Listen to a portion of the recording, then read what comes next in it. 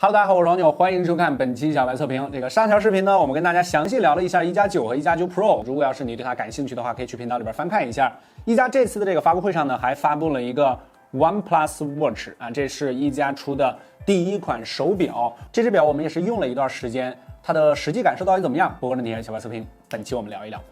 包装方面呢，其实跟它的手机的外包装是一模一样的，都是这种大红色的主题，红的非常的彻底。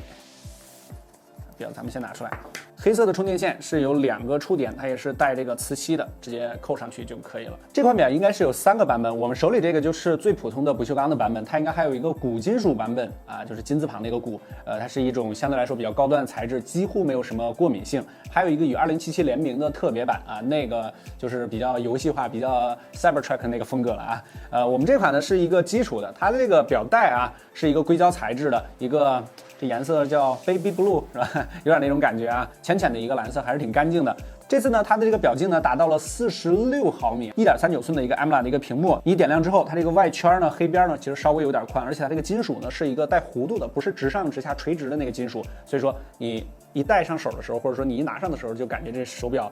有点分量啊。这个不锈钢的这个版本啊，它达到了76克啊，还是有点重量的。另外2款呢，其实相对来说轻一些，要60多克吧。其实这跟你的表带有很大的关系。为什么强调这个体积跟表带？因为它这个表啊，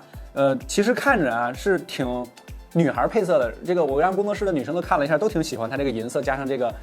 浅蓝色 Baby Blue 的这个配色。但是它在这些智能手表里边呢，又算是比较大也重一点的。它呢是不能够拓展什么应用的啊。其实严格意义上来讲啊，之前我们跟大家聊过很多次，应该算是一个功能非常全面的一个超级大手环。因为比如说 Apple Watch 啊，或者说这个小米啊，或者说 OPPO 的这个手表，它是可以有这个应用拓展的。一加、vivo、华为的这3款呢是不可以的。哎，好像圆形的好像都不可以是吧？都是奔着那个大号手环去的。方形的这个小米那方形的啊是吧？这3个也都可以。所以说它们还是有一些区别的。不过对于大众的普通用户来说呢，没什么太大的感知，如果不是基友的话，因为这些手表的基础配置基本上都是一样的，全部都有。比如说支付宝的这个支付啊，或者说各种运动啊、心率和血氧啊，他们日常使用的基础功能上呢，其实都是差不多的。如果你不是那种特别的玩家的话啊，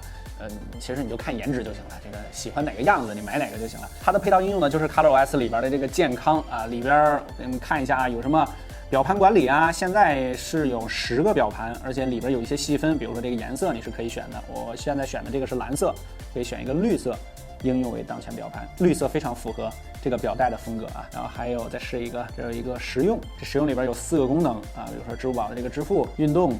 打电话什么之类的，在1级上面全都有。然后从上往下滑呢，就是它的这个状态栏，它本身是带一个追轴的马达的。如果你有带着表睡觉的这个习惯的话呢，设置一个闹钟会是吧，在你手腕上把你给震醒啊，这个还是一个没那么死亡的一个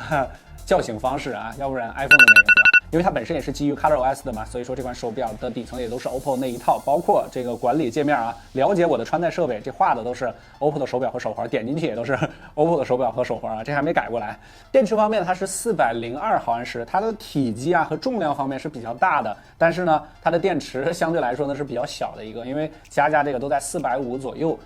但是它也宣称呢最长可以用14天，这个按照我们之前的经验来说啊，官方宣称14天，你基本上可以用10天左右，因为你的这个模型可能要更重度一些，支持 WAP 的闪充，说这个充20分钟呢可以使用1周，当然这个就是非常基础的使用了。还有一个就是日常的这个帧率方面，它确实感觉滑动方面要更加流畅一些啊。一般的情况下呢都是在30帧左右这些手表，但是它这个是57帧，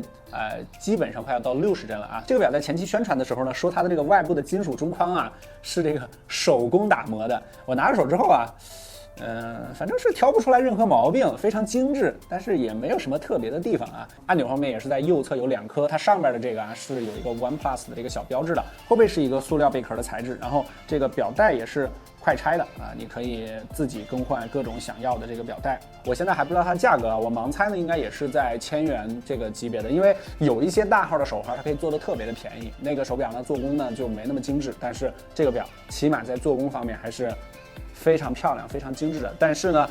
不要被这种比较清新的配色风格给迷惑，它其实是比较重的一块表。我个人建议呢，还是男生吧，这个女生的话呢，确实会显得大了，这个都46毫米了，而且比较重啊。其实今年呢，这个不管是从这个代言人，比如说现在他选了周迅还有胡歌，然后包括1加9和9 Pro 这个手机方面，都可以感受到1加都是破圈，势在必行，我一定要破圈。其实今年各家在上半年，尤其是在3月份，就是非常激进，非常猛。这个一加这边的动作呢也是非常频繁，是吧？之前我们基本上没在社交平台上看到过什么一加的广告，但是现在一加在广告这个铺设上面也是非常多，包括这个代言人啊、手表啊，完善它的这个生态。今年的一加肯定动作还是比较大的，我估计它还会有其他的产品在今年上线，它应该不是这么单纯的。在市场层面，它今年还是和 OPPO 呢想要形成一个双旗舰的一个策略，因为华为受芯片影响之后呢，现在 OPPO 是国内的市场份额第一，所以说有着这么一个市场空间被腾出来了，华为的这一块，那么各家呢肯定都会蜂拥而上。虽然说